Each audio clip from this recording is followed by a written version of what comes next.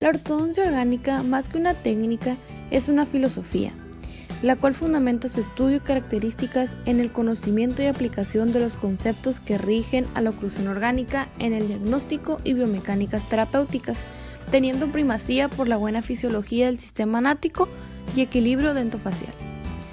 La ortodoncia orgánica es una filosofía ortodóntica que nace como consecuencia de un número de fracasos postortodóncicos, ya que, como se sabe, la ortodoncia tradicional ortodoxa basa sus objetivos terapéuticos únicamente en las posiciones dentales, olvidando y desvalorando dos componentes del sistema anático muy importantes, que aunque sean ocultos no carecen de importancia: la articulación temporomandibular, ATM, y el sistema neuromuscular.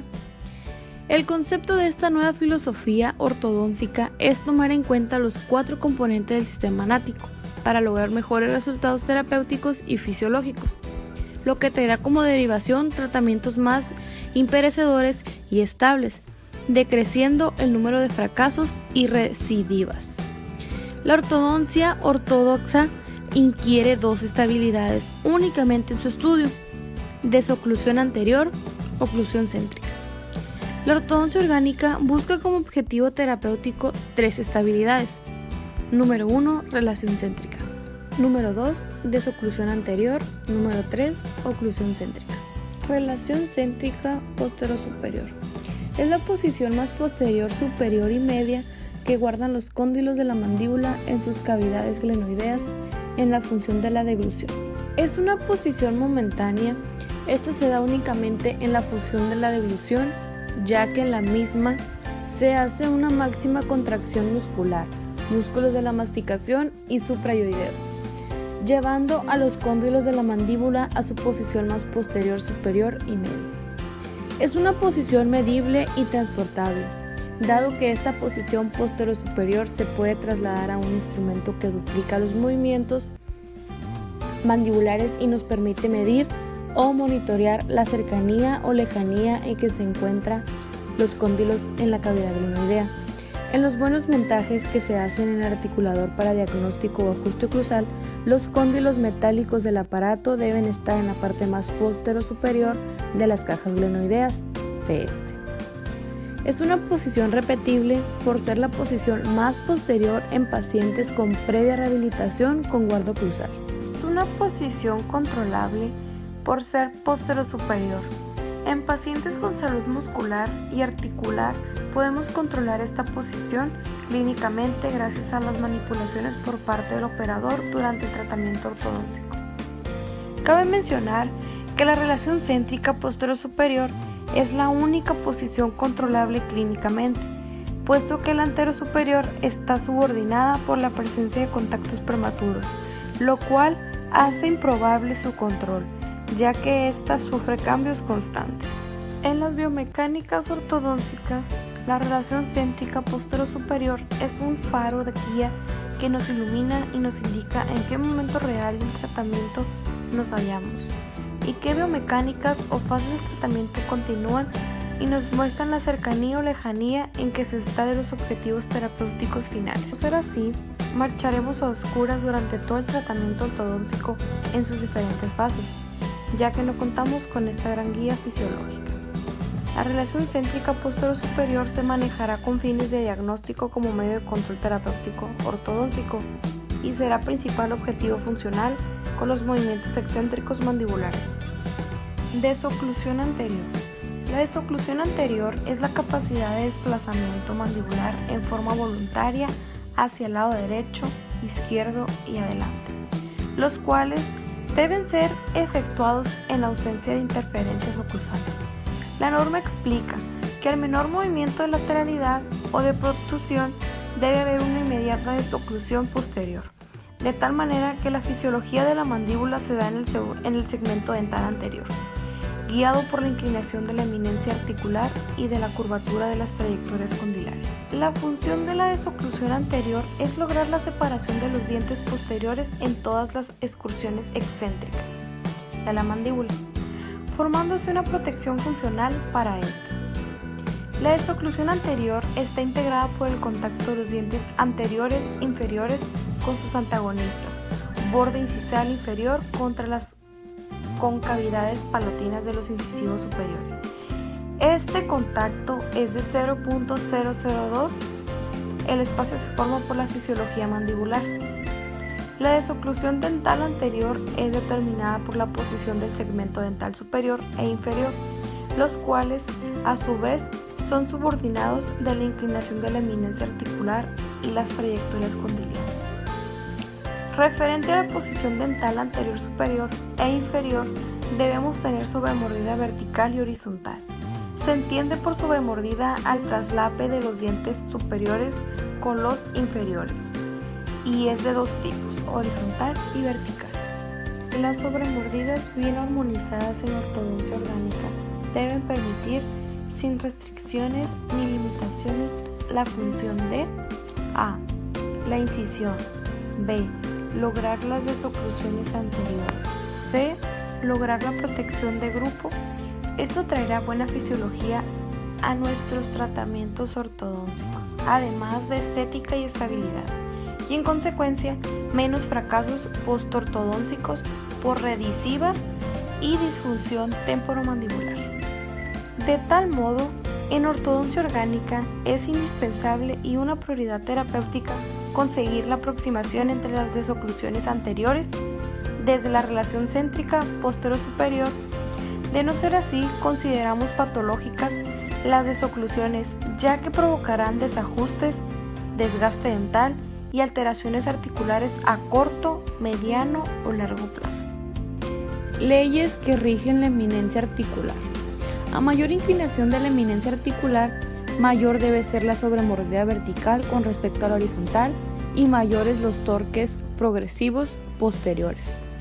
A menor inclinación de la eminencia articular, mayor debe ser la sobremordida horizontal con respecto a la vertical y menores deben ser los torques progresivos posteriores. Oclusión céntrica. La oclusión céntrica es el máximo contacto de las superficies oclusales con sus antagonistas inferiores. También se puede apuntar que es la máxima intercuspidación dentaria sin tomar en cuenta la relación céntrica mandibular. Se le conoce a sí mismo con el nombre de máxima intercuspidación, oclusión habitual, oclusión de conveniencia, oclusión dentaria. La oclusión céntrica en ortodoncia orgánica debe llenar tres requisitos. A. Todos los dientes cierran al mismo tiempo, estando en relación céntrica postero-superior. B. En la excursión hacia oclusión céntrica, los dientes no deben tocarse en ninguna parte y en ningún momento. C. En un cierre mandibular relacionado céntricamente, cualquier movimiento excéntrico requiere una inmediata desoclusión posterior.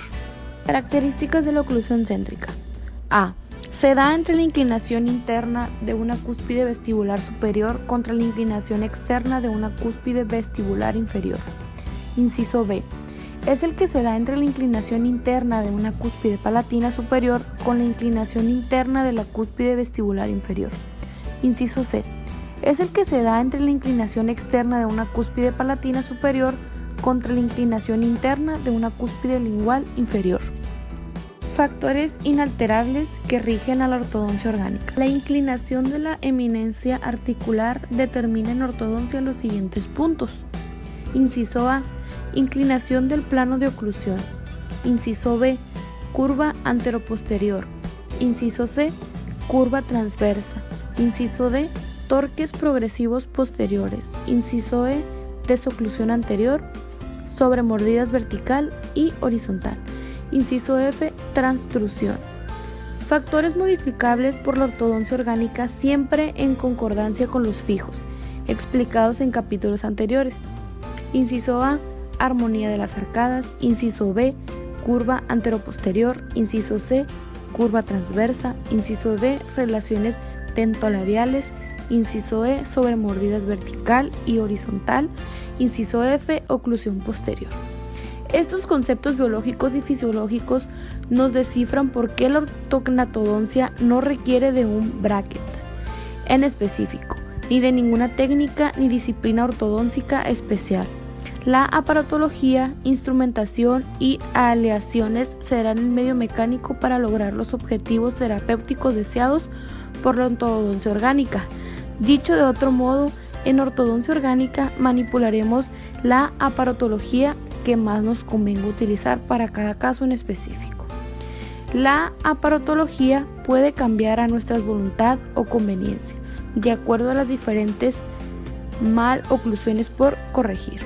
Lo que no cambia son nuestros conceptos fisiológicos, pues ellos prevalecen como objetivo primordial en todos nuestros casos ortodónticos. La filosofía se antepone a la aparatología.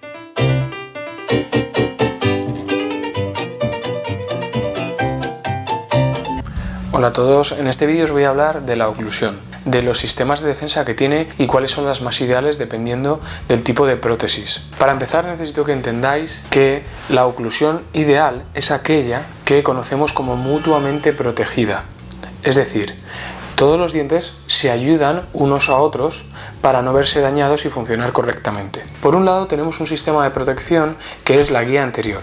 La guía anterior lo que hace es lo siguiente: los dientes del sector anterior, cuando nosotros movemos la mandíbula hacia adelante, lo que hacen es discluir, es hacer que se levanten el sector posterior, hacer que se discluya el sector posterior, ya que los molares no tienen la capacidad de soportar fuerzas, sobre todo de manera horizontal o de cizallamiento.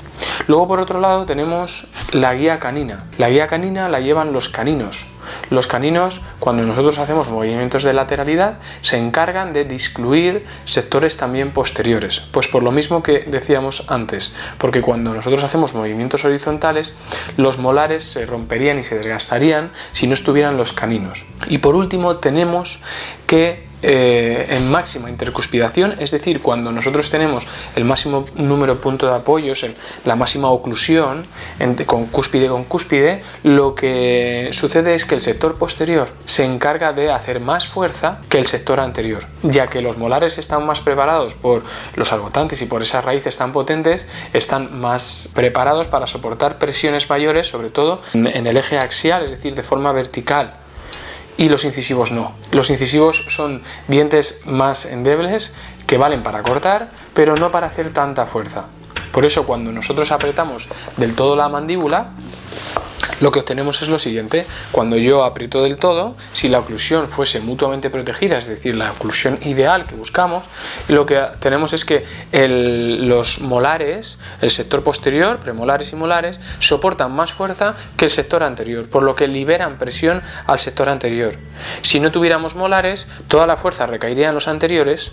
Es decir, si no tuviéramos ese sistema de defensa de los molares, los incisivos se romperían. Entonces, cuando hacemos movimientos en protrusiva, es decir, hacia adelante, tenemos la guía anterior, que es que los incisivos discurren unos con otros, de manera que cuando yo llevo la mandíbula hacia adelante, se discluye el sector posterior. Cuando yo hago lateralidades, tengo la guía canina, que es que los caninos se encargan, canino con canino, de levantar la mordida, de discluir también la mandíbula, sobre todo hacia el lado de trabajo, para que tampoco sufran los molares. Y cuando estoy en máxima intercuspidación, lo que llevan el peso y la potencia de la masticación son los molares, de manera que evitamos que se traumaticen o se rompan los incisivos. Ahora vamos a hablar del siguiente tipo de oclusión, según Okeson, tenemos la función de grupo. La función de grupo es cuando tenemos múltiples desgastes y en lateralidades no tenemos una guía canina pura.